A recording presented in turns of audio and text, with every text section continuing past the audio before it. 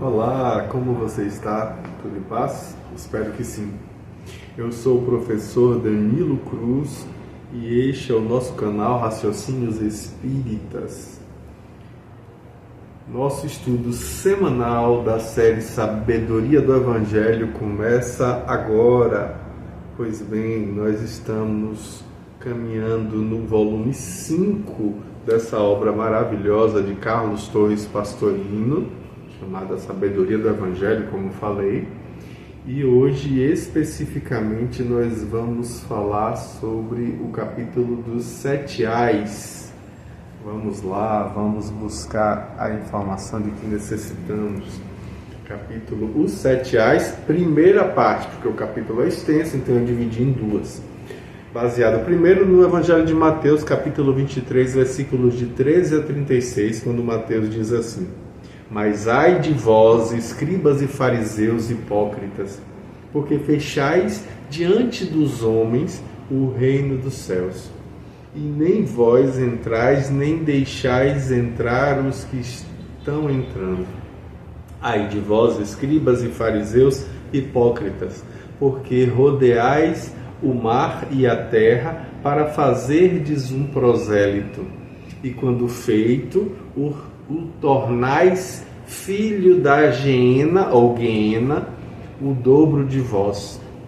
Ai de vós, guias cegos, que dizeis: quem jurar pelo templo nada é, mas quem jurar pelo ouro do templo fica obrigado.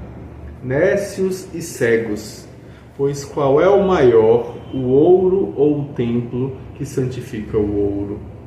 E quem jurar pelo altar nada é, mas quem jurar pela oferta que está sobre ele fica obrigado. Tolos e cegos, pois qual é o maior, a oferta ou o altar que santifica a oferta? Quem, pois, jura pelo altar, jura por ele e por tudo que está sobre ele. Quem jura pelo templo, jura por ele e por quem nele habita. E quem jura pelo céu, jura pelo trono de Deus e por quem nele se senta. Ai de vós, escribas e fariseus hipócritas, porque dizimais a hortelã, o endro e o cominho, e negligenciais os preceitos mais importantes da lei, que são o discernimento, a misericórdia e a fidelidade. Estas coisas, porém, devíeis fazer sem omitirdes daquelas. Guias cegos, que coais mosquito e engolis um camelo. Ai de vós, escribas e fariseus hipócritas, porque limpas o exterior do corpo e do prato, mas por dentro estáis cheios de rapina e injustiça. Fariseu cego, limpa primeiro o interior do copo e do prato, para que também seu exterior se purifique. Ai de vós, escribas e fariseus hipócritas, porque vos assemelhais a sepulcros branqueados que, por fora, parecem realmente vistosos, mas por dentro estão cheios de ossos de mortos e de todas as impurezas. Assim também vós, exteriormente, pareceis justos aos homens, mas por dentro estáis cheios de hipocrisia e de ilegalidade. Ai de vós, escribas e fariseus hipócritas, porque construís os sepulcros dos profetas e adornais os túmulos dos justos e dizeis: se tivéssemos vivido nos dias de nossos pais, não teríamos sido cúmplices no sangue dos profetas. Assim, testificais a vós mesmos que sois filhos dos assassinos dos profetas. Enchei, pois, Ai de vossos pais, serpentes, filhos de víboras, como escapareis da discriminação da hiena ou hiena? Por isso é que vos envio profetas, sábios e escribas.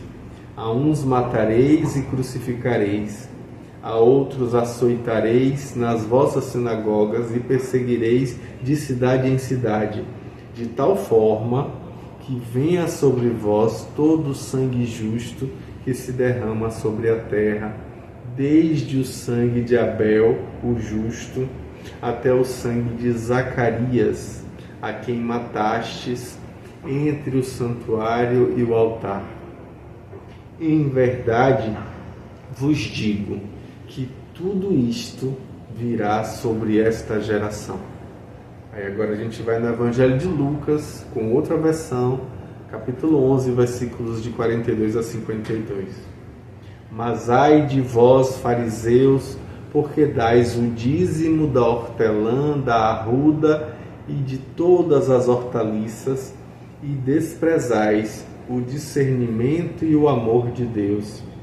Estas coisas, porém, devíeis fazer, sem omitirdes aquelas. Ai de vós, fariseus, porque gostais das primeiras cadeiras nas sinagogas e das saudações nas praças. Ai de vós, porque sois semelhantes aos túmulos invisíveis, sobre os quais passeiam os homens sem o saberem. Então lhe disse um dos doutores da lei: Mestre, falando assim, a nós também insultas. Respondeu ele: Ai de vós também, doutores da lei, porque carregais os homens com fardos opressivos, e vós nem com um dedo vosso os tocais. Ai de vós, porque construís os túmulos dos profetas que vossos pais mataram, e assim testificais e consentis nas obras de vossos pais, porque eles, sem dúvida, os mataram, e vós lhes construís os túmulos. Por isso também disse a sabedoria de Deus: enviar-lhes-ei profetas e emissários, e a alguns eles matarão, e a outros perseguirão, para que a esta geração se peça o sangue de todos os profetas derramado desde a fundação do mundo, desde o sangue de Abel até o sangue de Zacarias, que foi morto entre o altar e a casa. Sim, eu vos digo que se pedirá a esta geração. Ai de vós, doutores da lei, porque tirastes a chave da gnose. Vós sabeis, não entrais, e impedistes aos que entravam, melhor dizendo. Então, o Pastorino nos convida, antes de começarmos a análise, a trazer umas considerações que se impõem, umas considerações genéricas para a comparação aí desses dois textos. Ele diz que é evidente, à primeira vista, que se trata do mesmo episódio, mas cada narrador apresenta a sua maneira. Mateus conta, ali ele entra ex abrupto, como fala Pastorino na matéria, né? Falando à multidão e aos discípulos, como está lá no capítulo 23, versículo 1. E enumera os 7 ais seguidos, todos assestados contra os escribas e fariseus, taxados sempre de hipócritas. Lucas, ao contrário, ambienta a cena com o almoço oferecido pelo fariseu e os 3 primeiros ais, o total de 6, reverberam ali apenas os fariseus. Quando o doutor da lei, que eram os diretores espirituais do povo, toma as dores para si, protesta que também eles estão se sentindo insultados, e aí o mestre se volta para ele, acrescentando outros 3 ais contra os doutores da lei. Dos 7 ais de Mateus, Lucas cita o 4º, o 1º, o 4º, o 6º e o 7º, que ele coloca como, respectivamente, 6º, 1º, 3º e 5º. Os restantes aparecem em Mateus, mas sem o anátema do ai de vós. Ao todo, portanto, somando os ais de ambos os evangelistas, nós encontramos 9 condenações diretas e taxativas da maneira de agir dos escribas, dos fariseus e doutores da lei. E aí Pastorino nos chama a atenção que a coragem carismática do mestre é digna de nota em verberar o comportamento errado de cara e corpo presente, sem qualquer tipo de subterfúgio, sem mandar recado, sem dar indireta, nem amaciando, sem eufemismo para amaciar a situação, mas de maneira categórica. E isso é bom assinalar, ele estava na casa de um deles, sentado à mesa dele, no almoço em que ele era convidado de honra.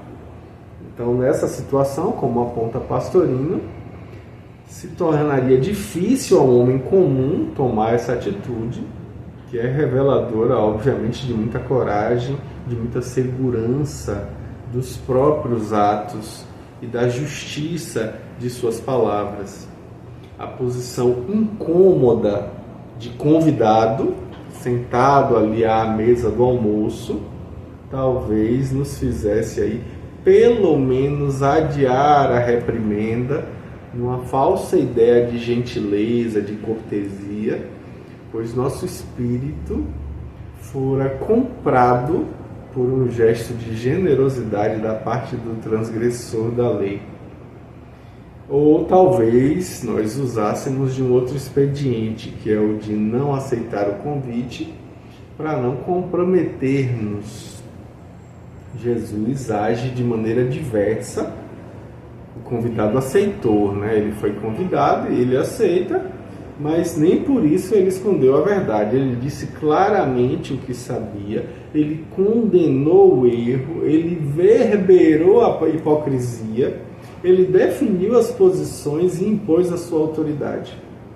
Bom, mas é bom a gente analisar o texto, começando aí pelo versículo 14 de Mateus, onde ele diz assim: ai de vós, escribas e fariseus hipócritas, porque devorais as casas das viúvas sob pretextos de longas orações. Por isso recebereis mais pesada condenação. Aparece aí em alguns manuscritos da Vulgata, isso é atestado por Taciano e pela versão copta boaírica, ou seja, do Alto Egito, e é aceito por Merck e Gramática. Mas a maioria dos críticos, por exemplo, White, Herzenoher, Nestlé, Bover, Pirot, recusa, pois se trata apenas de uma transcrição de Marcos, lá no capítulo 12, versículo 40, indevidamente acrescentado a Mateus, ou seja, é uma pura redundância. Vejamos agora os ais conforme aparecem. Também nós omitimos no texto, como fala Pastorino, né? O 1º de Mateus, o 6º de Lucas, condena a hipocrisia de modo genérico. Ele vai, por exemplo, Strack e Brilebec estão citados por Pastorino. O Rabi Natan, lá em 160 depois de Cristo, escreveu: há 10 partes de hipocrisia no mundo, 9 em Jerusalém e 1 no resto do universo. E em Lucas se assinala aí com mais precisão o sentido: os doutores se julgam os únicos capazes de interpretar as Escrituras. Eles têm a chave do santuário onde se guardam os livros e, portanto, eles têm ali o conhecimento, a gnose, mas interpretando mal, eles não entram nem deixam que os outros entrem. A segunda de Mateus, embora não haja no Talmud uma notícia a respeito de atividades proselitistas, nós sabemos por Flávio Joséfo, no seu livro sobre antiguidades judaicas, que o judeu Eleazar fez o rei Isate e sua corte de Adiabene circuncindar-se. E nas viagens de Paulo encontramos também acenos aos prosélitos pagãos que ingressavam no judaísmo. A expressão mar e terra, literalmente mar e sólido, que é Ten Talassam Kai, Ten Sheran, e filho da Geena, ou Geena, em hebraico Bene, Gehinom, era na verdade a filiação metafórica que exprimia a dependência ou natureza comum. Nós já vemos isso lá no volume 2. O terceiro ai de Mateus, que não é repetida a fórmula, escribas e fariseus hipócritas, que vem substituída por guias cegos, que em grego é odegoi tifloi, ou seja, diretores espirituais incompetentes. Realmente Jesus proibiu qualquer espécie de juramento, isso está lá em Mateus 5, de 33 a 37, melhor dizendo, está no volume 2, a gente já viu isso, mas os fariseus desobrigavam do juramento pelo templo e pelo altar, mas exigiam seu cumprimento se fosse pelo ouro do templo ou pela oferta que estava sobre o altar. E aí volta a invectiva, moroicai tifloi, tolos e cegos, que vale mais, né? Que é maior, meison que diga. O ouro é santificado por estar no templo e a oferta por estar sobre o altar, não o contrário. Ora, o que vale mais é o que mais tem poder, o poder de santificar. O quarto de Mateus e o primeiro de Lucas diz o quê? Que é um exemplo concreto de hipocrisia, que faz questão de preceitos leves, como o dízimo das plantas comestíveis, vulgares, desprezando ali os preceitos graves e importantes. A menta ou hortelã, né, que é ediosum, porque aromatiza os alimentos e serviria ali também como remédio para as taquicardias, eram comidos 3 ovos, um com menta, um com cominho e um terceiro com sésamo. O endro, que é aneton, era comestível, muito usado, e o cominho, que é kiminon em grego, também empregado ali como tempero e remédio. No entanto, negligenciavam o discernimento, que é crisis em grego, a misericórdia, eleos em grego, e a fidelidade, que é pistis. E acrescentada a fórmula, devíeis fazer estas coisas sem omitir aquelas. Ou seja, não é que a primeira esteja errada, é que deve ser mantida em sua posição real, em segundo lugar. E em Lucas são citadas a hortelã, a arruda, que é o péganon, que é uma planta aromática, e as hortaliças em geral, que é lachanon. E como negligenciadas o discernimento e o amor de Deus, que é agapentoi theou.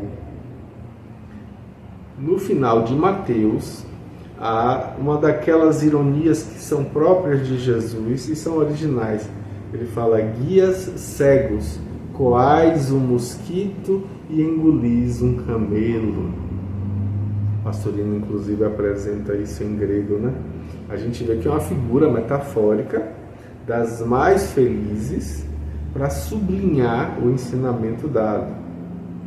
Na quinta de Mateus, nós vamos ver que neste ai aí se condena o zelo de limpar o exterior do corpo, do copo, do prato, embora eles por dentro estejam cheios de rapina e injustiça. O sentido é alegórico, nós já vimos isso no capítulo anterior, na semana passada, ao comentarmos essa condenação em Lucas, no capítulo 11, versículos de 39 a 41, onde Pastorino desenvolve esse assunto. A sequência confirma: limpa primeiro o interior, o espírito e todos os atos materiais que este realizar serão puros por si mesmos. Não são os ritos, as cerimônias, as observâncias, a aparência de santidade que dão pureza ao espírito. É exatamente o inverso. Se o espírito for puro, todas as coisas são lícitas, embora nem todas convenham, porque nem todas dão um bom exemplo. Isso está lá na primeira epístola de Paulo aos Coríntios, capítulo 6, versículo 12, capítulo 10, versículo 23. O sexto ai de Mateus e o terceiro de Lucas. A gente vê que aí são comparados os fariseus e escribas aos sepulcros caiados de branco. Refere-se aí ao costume da época.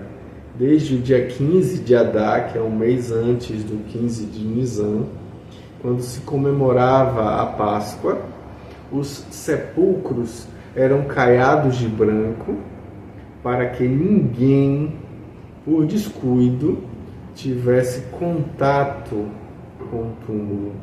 Isso se tornaria impuro, né? A lei lá está lá em Números, capítulo 19, versículo 16, atribui o que? Impureza legal a esse contato.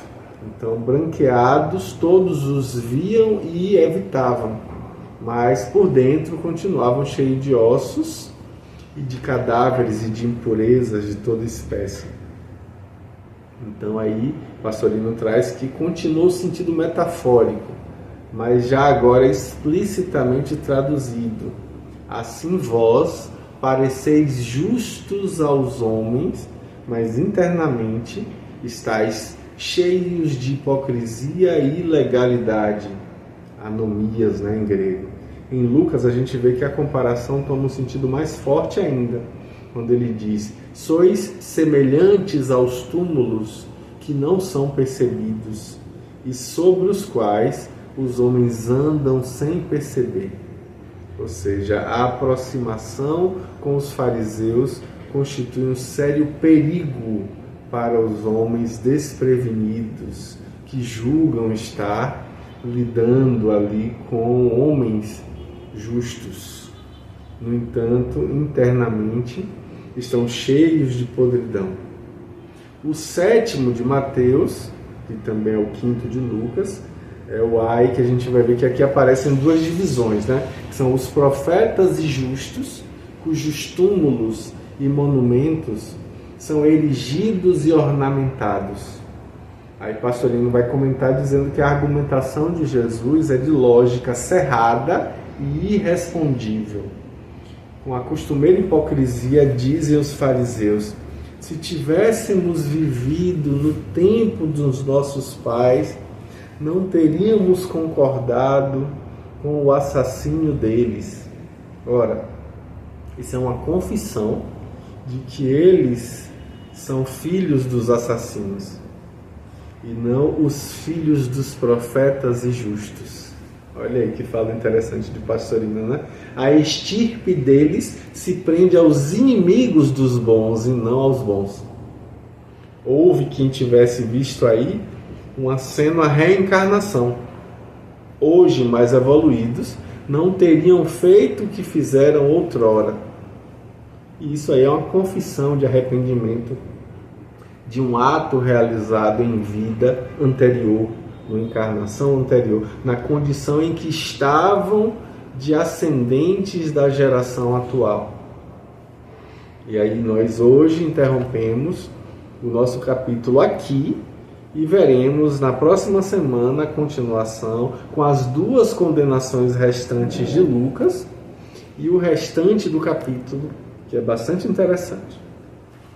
Boa semana, até semana que vem. Tchau, tchau.